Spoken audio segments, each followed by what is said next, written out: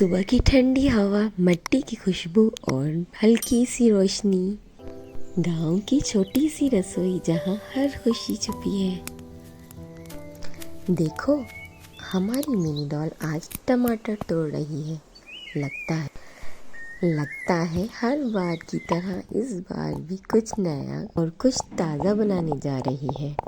तो चलिए वीडियो को एंड तक देखिएगा।